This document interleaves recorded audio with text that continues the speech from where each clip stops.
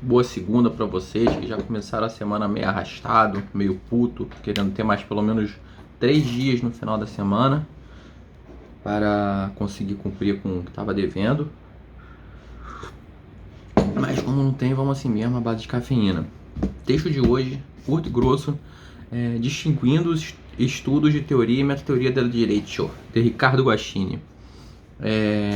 Um texto que também segue muito a linha da questão de quais são as normas prescritivas, o que são a questão de enunciados descritivos, faz uma diferenciação bacana entre o que é norma, o que é enunciado, norma é um produto, enfim. Sem dar muito spoiler, vou começar de trás para frente.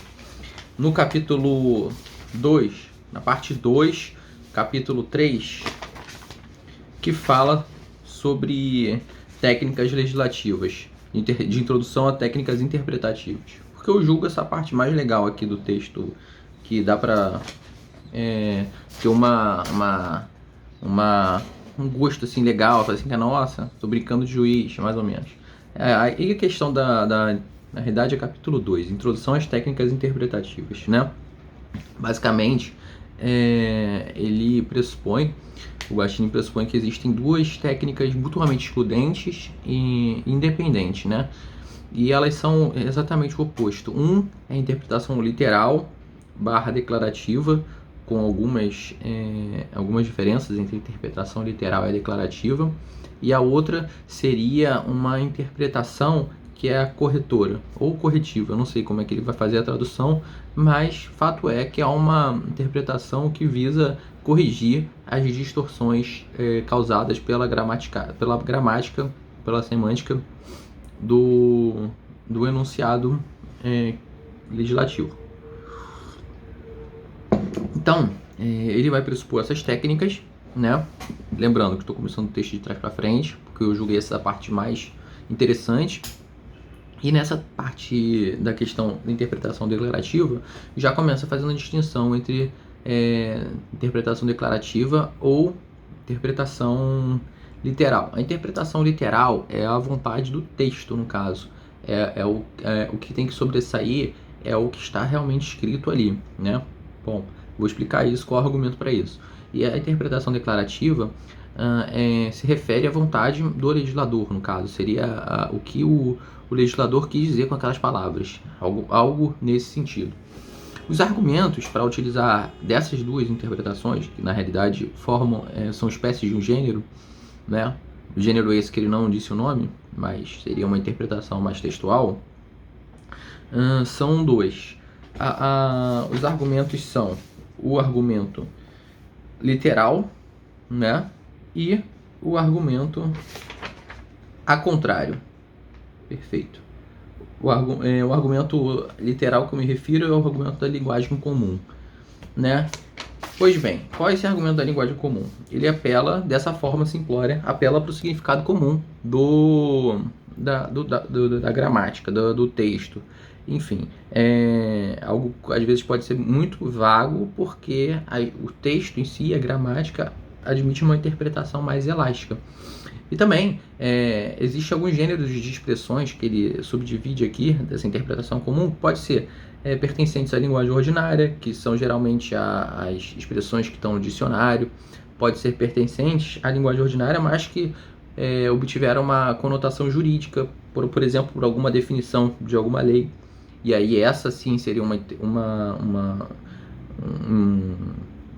enunciado menos amplo, porque a lei mesma definiu, por exemplo, o que significa contrato, o que significa região, enfim, tem um termo lá legislativo definindo uma expressão. Mas também pode também haver essa conotação doutrinária. E aí a doutrina, meu amigo, é criativa. Pode atribuir milhões de significados para um mesmo termo. E também tem enunciados que prescrevem linguagem técnica, que seria mais ou menos alguns que falam sobre química, por exemplo, na Anvisa, na portaria da Anvisa que fala o que são entorpecentes. Provavelmente vai utilizar alguns conceitos importados de outras normas. Alguns conceitos de engenharia também, por exemplo, projeto básico, executivo, se bem que eventualmente essas definições já estão definidas esses termos já estão definidos pela lei. Mas enfim, são coisas que são importadas de outras ciências, né? Esse é um argumento, o argumento da linguagem comum, da linguagem ordinária, que justifica a interpretação literal / declarativa. Um outro argumento é o argumento a contrário. Esse argumento ele se baseia no fato se algum fato G dá origem a uma consequência H, então um fato G2, né, não dá origem a uma consequência H. É justamente a interpretação a contrário sensu, né? Então tem uma dupla validade disso, né? A primeira delas e ele dá um exemplo. É o argumento que fala, vamos dar um exemplo. Só os cidadãos podem se associar livremente. O que ele quis dizer com isso? Se você utilizar um argumento que é um pouquinho que seria o argumento interpretativo, você vai dizer que somente os cidadãos poderão associar-se e que nada disse sobre os estrangeiros.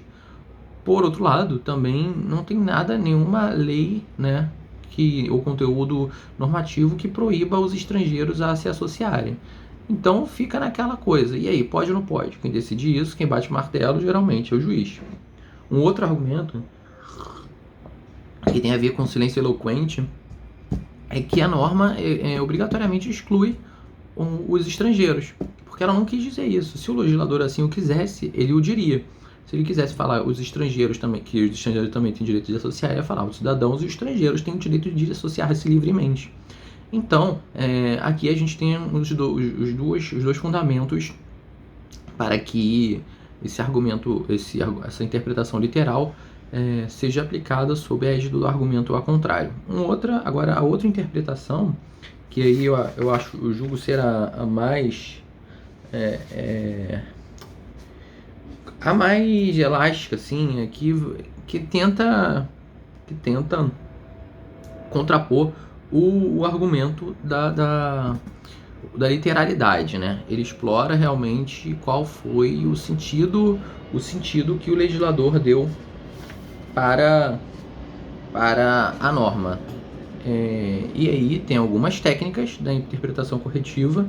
Como vocês podem ver, eu estou olhando para baixo porque eu estou procurando onde eu anotei.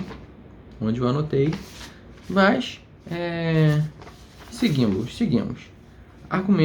A interpretação corretiva, ela pode ser baseada na interpretação extensiva, que é no qual o legislador diz menos do que deveria dizer. Então existe uma ampliação e ele divide em dois argumentos aqui, que é o argumento a fortiori e o argumento a simile, né? Que seria a analogia. O argumento a fortiori, começar pelo mais drástico, é que se existe um fato 1 que resulta em uma consequência 2, ou melhor, se existe um fato F1 que vai resultar numa consequência G, né? Então, por maior razão, né, o fato F2 também vai resultar na consequência jurídica G. Não necessariamente a questão dos fatos eles têm que estar similares. Basicamente por uma carteada, né, que o que o aplicador do direito vai dar para que realmente vai produzir uma nova norma, porque o fato 2 não seria nem um pouco vislumbrado pelo legislador. O fato é que tal argumentação ela é refutada pelo direito penal, que não pode atribuir, pela tipicidade mais cerrada do direito penal, não pode atribuir um fato não previsto em lei, né, com uma consequência jurídica, né? Enfim, o argumento assimile, né, que seria o argumento por analogia. Se tem algum direito falando, homens têm direito a tal coisa, mas olha só, não só homens também têm, mas como mulheres têm. Então, em pese de não ser um fato novo, é uma situação análoga em que se aplica o mesmo direito. É como se o fato 1, no primeiro caso, fosse realmente parecido com F2. E aí aplica-se a analogia. Uma segunda uma segunda técnica, na realidade, de interpretação extensiva é a de interpretação. Agora me perdi. De interpretação que vai refutar a técnica literal, que é a interpretação corretiva, é a interpretação justamente restritiva. E o que é isso? É quando se aplica um argumento da dissociação. Por exemplo, existe na lei uma disposição que fala: o erro é causa de nulidade do contrato. Porra, mas aí chega a doutrina e divide um erro em um erro bilateral e erro unilateral. E aí é como se essa lei só valha para o erro unilateral. Esse enunciado só vale para o erro unilateral. Então, é uma forma de você restringir o alcance da lei. Outras mais duas formas de interpretação corretiva: interpretação sistemática, que é a interpretação também da moda, e a interpretação conforme, que é uma espécie do gênero sistemática, mas que mereceu uma atenção em separado do livro pela sua importância, sobretudo no controle de constitucionalidade. A interpretação sistemática, ela pode ser por combinação, uma das técnicas, né, uma das formas. Uma combinação na qual existe uma referência de uma lei para outra. Por exemplo, cidadãos podem votar. Aí você tem que recorrer a outra lei para ver quem é o cidadão. Cidadãos são os maiores de 18 anos, que estão com seus direitos políticos em dia, enfim. Tem que combinar esses dois tipos de lei. Uma outra forma seria a localização do dispositivo. Você vê ali na topografia qual é a seção que está inserida e ver mais ou menos onde se encaixa. Por exemplo, Tribunal de Contas. O Tribunal de Contas, ele fica no capítulo do Poder Legislativo. Então, ainda que não seja subordinado, a doutrina atribui uma vinculação do Tribunal de Contas ao Poder Legislativo justamente por essa localização, né? Outra questão seria a interpretação sistemática de acordo com a constância terminológica. É a forma como eles deram quando que vise afastar algum precedente, enfim, que às vezes uma terminologia não é 100% aplicada da mesma forma. Então pode de haver uma interpretação que essa terminologia seja aplicada de forma distinta da que venha sido aplicada. Bom, foi isso que eu entendi, essa aqui ficou um pouco mais obscura. E aí a interpretação conforme, que é a interpretação da norma, na qual o que não se vislumbra é realmente ampliar o alcance ou não do texto, mas sim restringir ou ampliar, né, a situação, a questão das múltiplas interpretações de uma norma.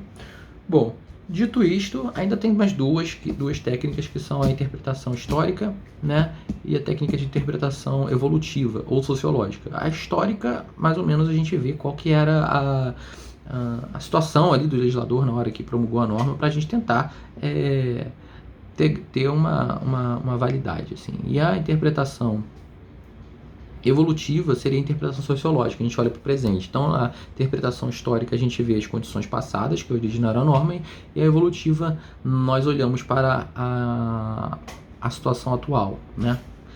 Bom, dito isto, podemos voltar ao início do texto, porque essa parte para mim foi a mais legal, e também, como eu fiz o resumo agora, é a parte que também está mais na minha cabeça. Então, voltando, a diferenciação, começando na parte 2, item 2, ele dá uma noção de norma, né? Que existe uma noção controvertida. Então ele vem desenhando o raciocínio até chegar na conclusão dele que a norma é um produto da interpretação, enquanto o que é o objeto a ser interpretado é o enunciado.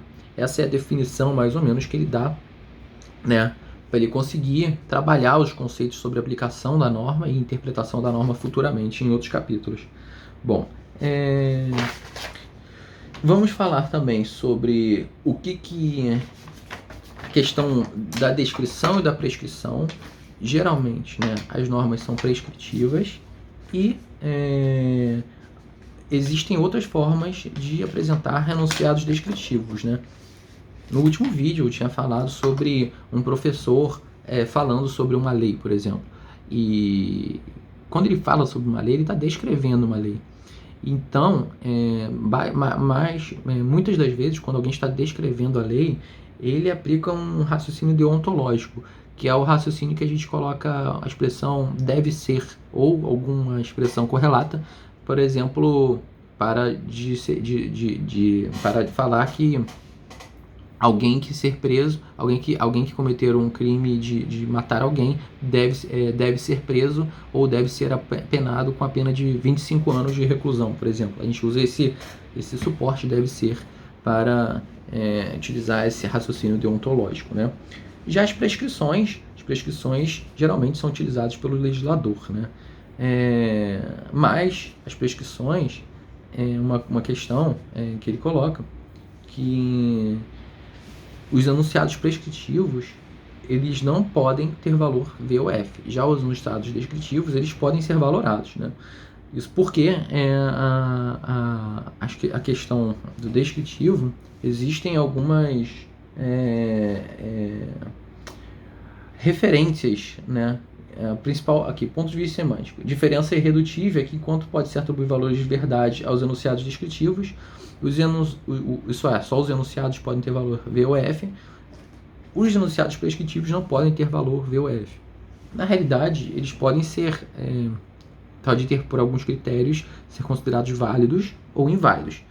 Porém, isso não significa que os enunciados prescritivos careçam de um referente semântico. Na realidade, as leis precisam de uma referência de sujeito, uma referência de conduta. Por exemplo, uma lei se refere a algum cidadão.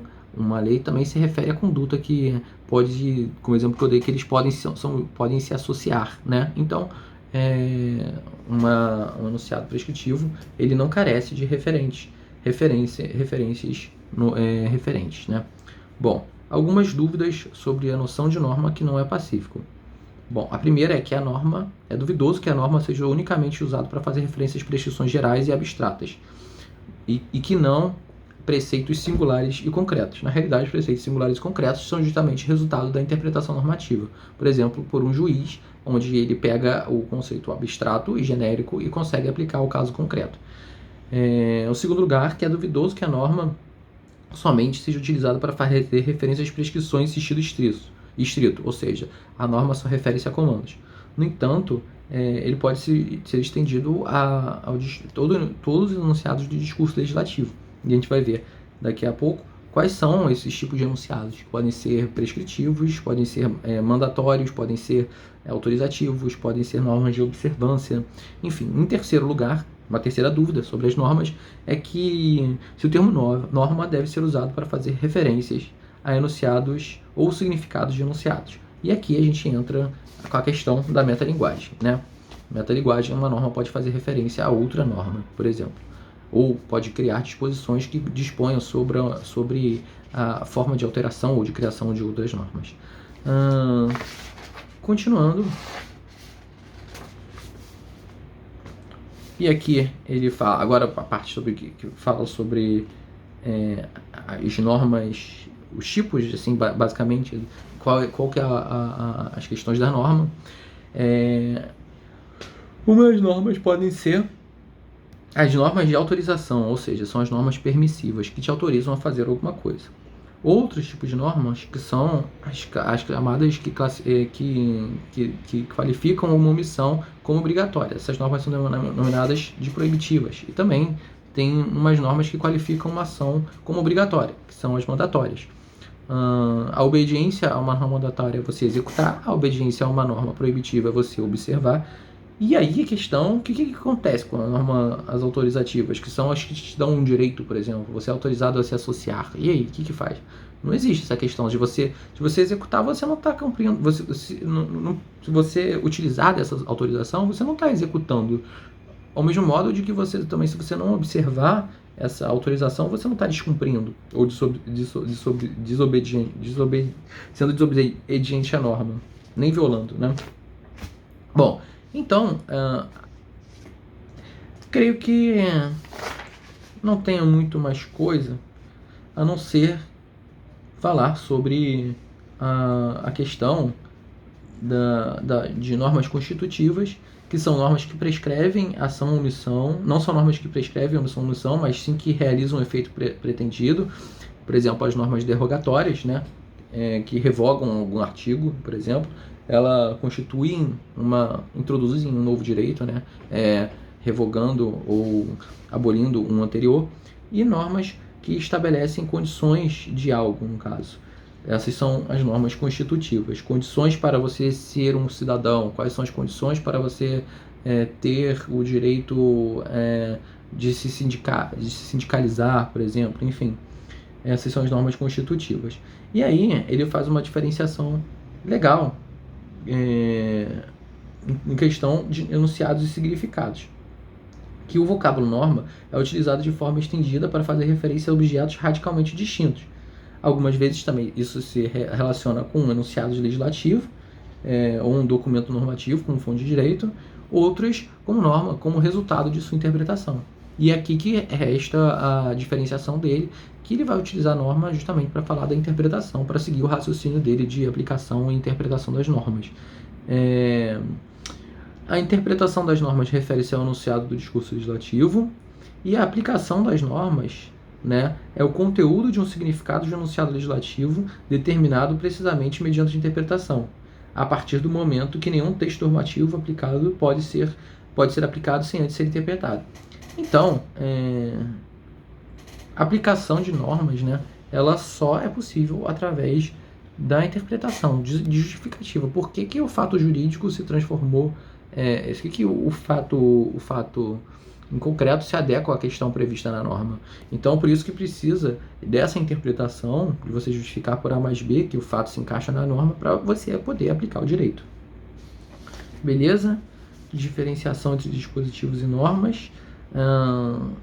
Não há uma correspondência biunívoca entre dispositivos e normas. O que ele quer dizer com isso? Que não necessariamente o dispositivo vai estar dizendo exatamente o que a norma disse, ou o que a norma vai dizer, na realidade, porque os dispositivos eles podem ser, muitas das vezes, ambíguos, vagos, elásticos, enfim. A norma que vai dizer qual é o alcance do dispositivo legislativo em questão, ou outro dispositivo administrativo, enfim.